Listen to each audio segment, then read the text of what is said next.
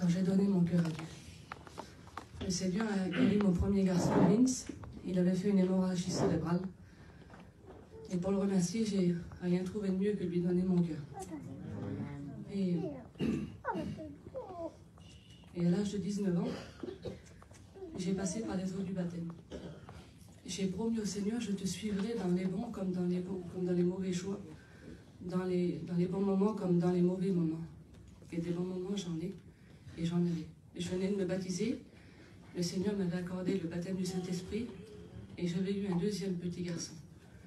C'est un beau petit garçon, un petit brun aux yeux verts. Il s'appelle Evans Emmanuel. Et ce petit garçon-là, il grandit bien. Il a 11 mois, tout va bien. Il commence à manger des petits fruits, des petits légumes. Il commence à parler, il commence à marcher. C'est un petit garçon en très bonne santé.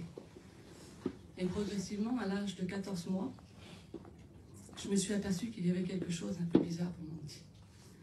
Il commençait à être absent, son regard était au loin. Il commençait à plus parler. Plus aucun langage, plus aucun contact, plus aucun regard, plus rien du tout. Et moi, quand j'étais seule avec lui, je prenais son visage entre mes mains. Et je disais, mon fils, c'est moi, c'est maman, je suis là. Et le petit ne me regardait même pas dans les yeux, je ne sais même pas s'il savait que j'étais sa mère. Et je disais, Seigneur, qu'est-ce qu'il a, le petit? J'étais impuissante face à la situation. Alors, c'est pas grave, mais dans le cœur d'une mère, c'est quelque chose.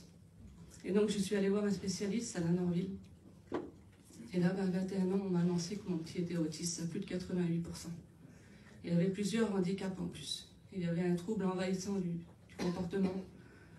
Il avait un retard envahissant du langage. Il était atteint d'handicap mental à plus de 88%. Et là, quand je suis rentrée chez moi, je me suis mis à genoux. Et j'ai dit, Seigneur, peu importe où je passe, parce que je marchais dans l'inconnu, je ne savais même pas vraiment ce que autiste voulait dire.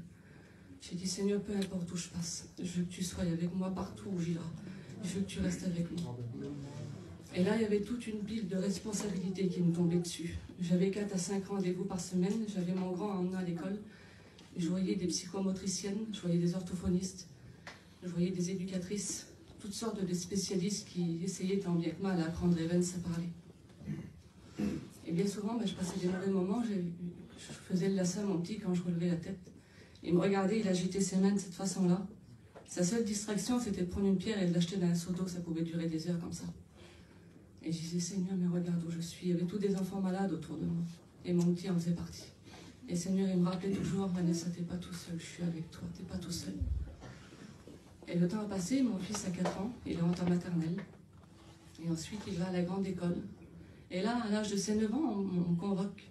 Et là, il y a environ 8 personnes qui m'appellent dans une salle, autour d'une table ronde, avec une dame qui notait tout ce que je disais. Et là, on m'annonce que mon fils n'est plus apte à venir à l'école parce qu'il ne connaissait pas toutes les lettres de l'alphabet. Et moi, je voulais qu'il continue à aller à l'école. Et donc, la dame a dit, Madame, on ne peut pas le garder dans notre établissement, il faut qu'il va dans un centre spécial.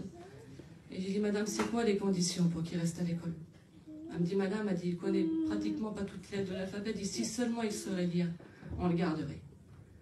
Et j'ai dit, Madame, je pars de mai à septembre. J'ai dit, si au mois de septembre, je vous le ramène et qu'il sait lire, vous le gardez. Ils se sont tous regardés, ils se sont moqués de moi ouvertement. Ils ont dit, comment ça? Depuis ces 4 ans, on s'occupe de lui, on a été formés pour ça.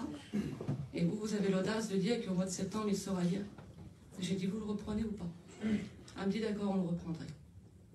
Mais bien sûr, ils n'ont pas pris ce que je disais au sérieux. Et donc, je suis partie au mois de mai en mission. Et j'ai offert une Bible en images à mon petit. Il avait 9 ans. C'était une Bible composée de quelques images et de quelques phrases. Et j'ai raconté la Bible à mon fils. Et l'été a passé comme ça. Et là, quand je suis rentrée au mois de septembre, moi, j'avais oublié ce que j'avais dit. Je m'en souvenais plus. Mais eux, par contre, ils n'avaient pas oublié ce que j'avais dit.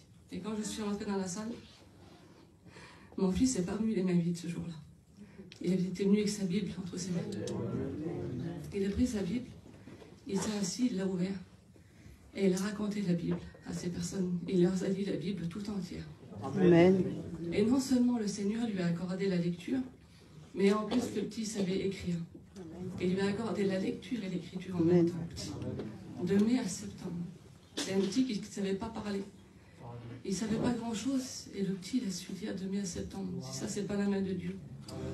Alors aujourd'hui, je vis toujours des bons jours et des mauvais jours. Parce que maintenant, j'ai 2 enfants autistes. Mais le Seigneur, il est toujours avec moi.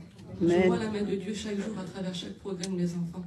Et je ne doute pas qu'il est avec moi, pas un seul instant. Et vous savez, si Dieu tarde à guérir mes enfants, et même s'il ne les guérirait pas sur la terre, mon espoir à moi est immense parce que non seulement je reverrai mon Dieu quand Jésus reviendra, je reverrai mes enfants, et même si sur la terre je ne les verrai pas guéris, au ciel je les verrai guéris. Amen.